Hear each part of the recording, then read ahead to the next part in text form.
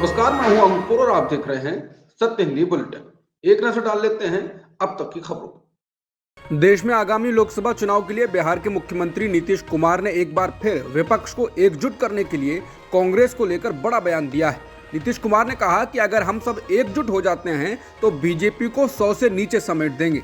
नीतीश ने कहा कि भारत जोड़ो यात्रा के बाद अब कांग्रेस को आगे आना चाहिए और विपक्षी एकजुटता में देरी नहीं करनी चाहिए। पटना में आयोजित CPI-ML के राष्ट्रीय कन्वेंशन में सीएम नीतीश कुमार ने कार्यक्रम में मौजूद कांग्रेस के वरिष्ठ नेता सलमान खुर्शीद से मंच से बोलते हुए कहा, आपके जरिए कांग्रेस नेतृत्व से अपील है कि सब एकजुट हुए तो बीजेपी 100 सीट के नीचे निपट जाएगी। बिहार में विपक्षी दल एकजुट होकर काम कर रहे हैं, यही देश में भी होना चाहिए। नीतीश ने कहा कि हम तो इंतजार कर रहे हैं, आप विपक्षी दलों को मिलने के लिए बुलाइए। इस दौरान नीतीश ने प्रधानमंत्री पद को लेकर कहा कि नेतृत्व को लेकर मेरी कोई व्यक्तिगत इच्छा नहीं है, हम तो केवल बदलाव चाहते हैं, जो सब तय करें वही होगा। नीतीश ने कहा कि अब कांग्रेस को आगे आकर फैसला करना चाहिए और विपक्षी एकजुटता में देरी नहीं करनी चाहिए। पटना में माले के कार्यक्रम में नीतीश कुमार के साथ तेजस्वी यादव ने भी कहा कि कांग्रेस रीजनल पार्टियों को ड्राइविंग सीट पर आने दे। जहां बीजेपी से सीधा कांग्रेस का मुकाबला है, वहां कांग्रेस टक्कर ले। कांग्रेस को अब देर नहीं करनी चाहिए। बता दें, हाल ही में तेजस्वी यादव ने दिल्ली के मुख्यमंत्री अरविंद केजरीवाल से भी मुलाकात की थी। मुलाकात की तस्वीर ट्वीट करते हुए तेजस्वी ने लिखा था, सबको देश को मिलकर बचाना है। तेजस्वी और नीतीश के बयान के बाद कांग्रेस नेता सलमान खुर्शीद ने भी कहा, जो आप चाहते हैं वही कांग्रेस भी चाहती है। कभी कभी प्यार में भी एक समस्या आ जाती है, पहले आई लव यू कौन कहेगा। खुर्शीद ने कहा कि मैं मानता हूं कि विपक्षी एकजुटता जल्द होनी चाहिए। केंद्रीय चुनाव आयोग द्वारा शिवसेना पार्टी का नाम और चुनाव चिन्ह तीर कमान एकनाथ शिंदे गुट को देने के बाद महाराष्ट्र की सियासत अब और गर्मा गई है। चुनाव आयोग पर उद्धव ठाकरे ने गंभीर आरोप लगाए हैं। शनिवार को ठाकरे ने अपने निवास स्थान पर पार्टी के सांसदों, विधायकों के साथ साथ प्रमुख नेताओं की बैठक बुलाई, जिसमें उनको संबोधित करते हुए ठाकरे ने कहा, चुनाव आयोग ने हमारी पार्टी का नाम और चुनाव चिन्ह चोरों को दे दिया है। मेरा चोरों से आह्वान है, अगर आप में हिम्मत है तो चुनाव मैदान में उतरकर दिखाइए। कार्यकर्ताओं को संबोधित करते हुए ठाकरे ने कहा, चुनाव आयोग ने कल जो फैसला दिया है वो गुलामी भरा फैसला है। ठाकरे ने कहा कि मैं गुलामी शब्द का इस्तेमाल इसलिए कर रहा हूं क्योंकि अभी 2 दिन पहले ही एक न्यायाधीश को राज्यपाल बनाया गया है। चुनाव आयोग को भी कुछ ऐसा ही दिख रहा होगा। मैं चुनाव आयोग को बता देना चाहता हूं कि शिवसेना किसकी है, ये आपको बताने की जरूरत नहीं है। शिवसेना का नाम ठाकरे नाम के बगैर संभव भी नहीं है। उद्धव ठाकरे ने कहा, चुनाव चिन्ह और पार्टी का नाम हमसे छीनने का काम प्रधानमंत्री और उनके गुलाम चुनाव आयोग ने किया है। अब हमारी परीक्षा का समय आ गया है। उद्धव ठाकरे ने कार्यकर्ताओं से कहा कि मैं आपको बताना चाहता हूं कि चुनाव की तैयारी करिए और चुनाव में इन चोरों को आपको हराकर ही दम लेना होगा।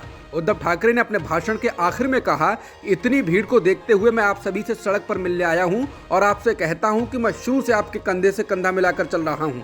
आपसे अनुरोध करता हूं, इन चोरों को असली जगह आपको जरूर दिखानी होगी। जब ठाकरे ये बोल रहे थे तो उसी दौरान भीड़ में से आवाज आई, क्या साहब इन लोगों के हाथ पैर तोड़ने हैं? तो ठाकरे ने कहा कि आपको किसी के हाथ पैर तोड़ने की जरूरत नहीं है। ठाकरे ने कहा, अगर इन चोरों में हिम्मत है तो शिवसेना का पवित्र चुनाव चिन्ह धनुष बाण लेकर चुनाव मैदान में उतरें, इन्हें जनता इनकी औकात दिखा देगी।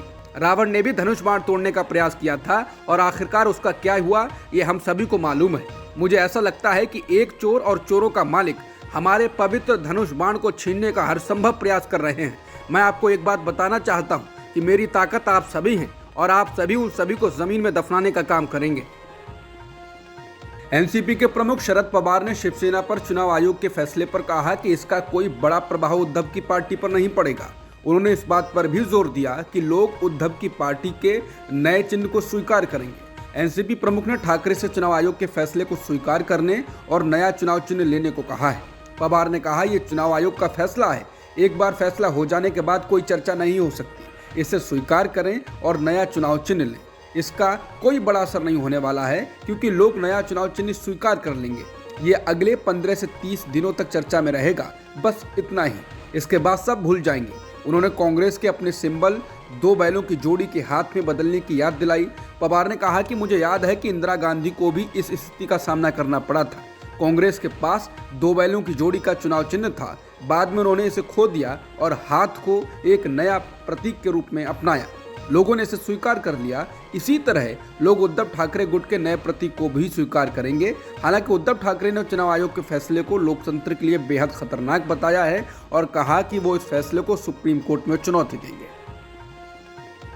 चुनाव आयोग के फैसले को उद्धव ठाकरे ने जहां लोकतंत्र के लिए खतरनाक बताया है, तो एकनाथ शिंदे ने इस फैसले का स्वागत करते हुए इसे बाला साहेब आनंद दीघे की विचारधारा की जीत बताया। शिंदे ने इसे पार्टी कार्यकर्ताओं, विधायकों, जनप्रतिनिधियों और लाखों शिव सैनिकों की जीत कहा और कहा ये लोकतंत्र की जीत है। फैसले से नाराज ठाकरे ने कहा कि प्रधानमंत्री मोदी को अब औपचारिक रूप से भारत में तानाशाही की शुरुआत और लोकतंत्र के अंत की घोषणा कर देनी चाहिए। दिल्ली सरकार की शराब नीति पर राजनीति चल रही है। तमाम एजेंसियां इसकी जांच कर रही हैं। मामले में कई लोगों की गिरफ्तारियां की जा चुकी हैं। इसमें दिल्ली के डिप्टी सीएम मनीष सिसोदिया को भी आरोपी बनाया गया है। इस मामले में उन्हें एक बार फिर से सीबीआई ने समन जारी किया है। उनको यह समन दिल्ली की शराब नीति के निर्माण और कार्यान्वयन में कथित भ्रष्टाचार के संबंध में जारी किया गया है। शनिवार को मनीष सिसोदिया ने ट्वीट करके बताया कि उन्हें सीबीआई ने रविवार को अपने मुख्यालय बुलाया है। सिसोदिया ने लिखा कि अधिकारियों ने मेरे घर पर छापा मारा था, मेरे बैंक लॉकर की तलाशी ली थी, लेकिन मेरे खिलाफ कुछ भी नहीं मिला। मैंने दिल्ली में बच्चों के लिए अच्छी शिक्षा की व्यवस्था की है। वो मुझे रोकना चाहते हैं। मैंने हमेशा जांच में सहयोग किया है और आगे भी करता रहूंगा।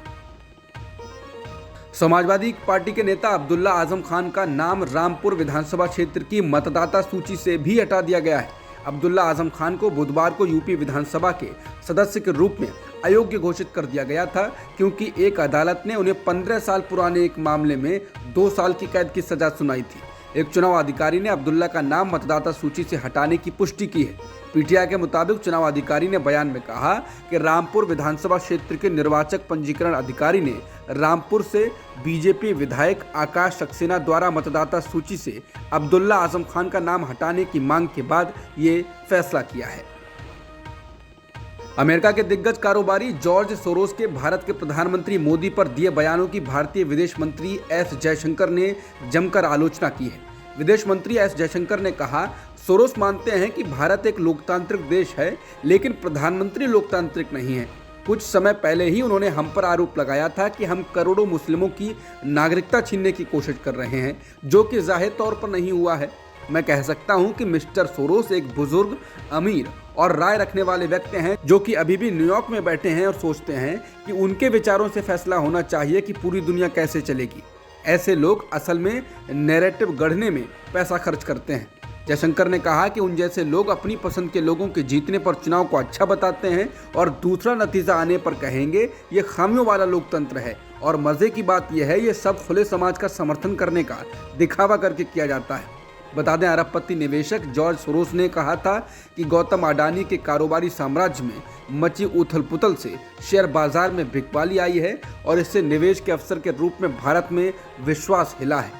जॉर्ज सोरोस के अनुसार गौतम अडानी मामले में मोदी फिलहाल खामोश हैं, लेकिन विदेशी निवेशकों और संसद में सवालों का उन्हें जवाब देना होगा। इससे सरकार पर उनकी पकड़ कमजोर होगी और इससे लोकतांत्रिक प्रक्रिया का पुनरुत्थान होगा। केंद्रीय वित्त मंत्री निर्मला सीतारमण ने शुक्रवार को कहा कि अब राज्यों को विशेष श्रेणी राज्य का दर्जा नहीं मिलेगा। उन्होंने कहा कि केंद्र सरकार अब किसी भी राज्य की इस तरह की मांग पर विचार नहीं करेगी। केंद्र के इस फैसले से बिहार और ओडिशा जैसे राज्यों को बड़ा झटका लगा है, जो काफी समय से इस दर्जे की मांग कर रहे हैं। जब वित्त मंत्री से ये पूछा गया कि वो ओडिशा की ओर से विशेष राज्य का दर्जा दिए जाने की मांग पर बात आगे बढ़ाएंगी, तो उन्होंने कहा कि 14वें वित्त आयोग ने साफ कहा है कि विशेष दर्जा किसी राज्य को नहीं दिया जाएगा। बता दें, ओडिशा के मुख्यमंत्री नवीन पटनायक ओडिशा को विशेष राज्य का दर्जा देने की मांग कर रहे हैं, तो बिहार के मुख्यमंत्री नीतीश कुमार भी पिछले काफी समय से विशेष दर्जे की मांग करते आए हैं। नामीबिया के बाद अब भारत में दक्षिण अफ्रीका से 12 चीता लाए गए हैं। भारतीय वायुसेना का एक विमान 12 चीतों को लेकर दक्षिण अफ्रीका से शनिवार सुबह 10 बजे मध्य प्रदेश पहुंचा। चीतों को आज सुबह विमान से ग्वालियर ले जाया गया, जहां से उन्हें बाद में श्योपुर जिले के कूनो नेशनल पार्क ले जाया गया। मुख्यमंत्री शिवराज ने 12 चीतों को कूनो नेशनल पार्क के क्वारंटीन बाड़ों में छोड़ दिया। उनके साथ केंद्रीय वन मंत्री भूपेंद्र सिंह, केंद्रीय कृषि मंत्री नरेंद्र सिंह तोमर और मध्य प्रदेश के वन मंत्री विजय शाह भी मौजूद थे। इन चीतों को क्वारंटीन बाड़ों में 1 महीना रखा जाएगा। नामीबिया से आए चीतों को भी 1.5-2 महीने क्वारंटीन बाड़ों में रखा गया था। दक्षिण अफ्रीका से आए चीतों को रिलीज करने के बाद अब कूनो नेशनल पार्क में चीतों की संख्या बढ़कर 20 हो गई है। इससे पहले नामीबिया से 8 चीते लाए गए थे। कराची में शुक्रवार शाम को कराची पुलिस ऑफिस पर पुलिस जैकेट पहने लोगों ने हमला किया। इन लोगों ने ताबड़तोड़ फायरिंग की और दफ्तर में आग लगा दी। इसके बाद पाकिस्तानी सुरक्षा बलों ने पोजीशन ले ली और जवाबी फायरिंग में 5 लोगों को मार गिराया। पुलिस के भी 4 लोगों की मौत हो गई।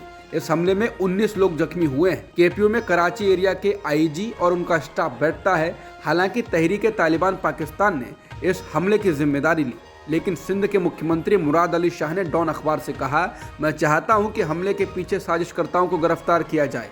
अब ये साफ हो गया है, ये एक आतंकी हमला था। कराची पुलिस के आईजी दफ्तर की सफाई और स्थिति सामान्य बनाने का काम देर रात तक चलता रहा।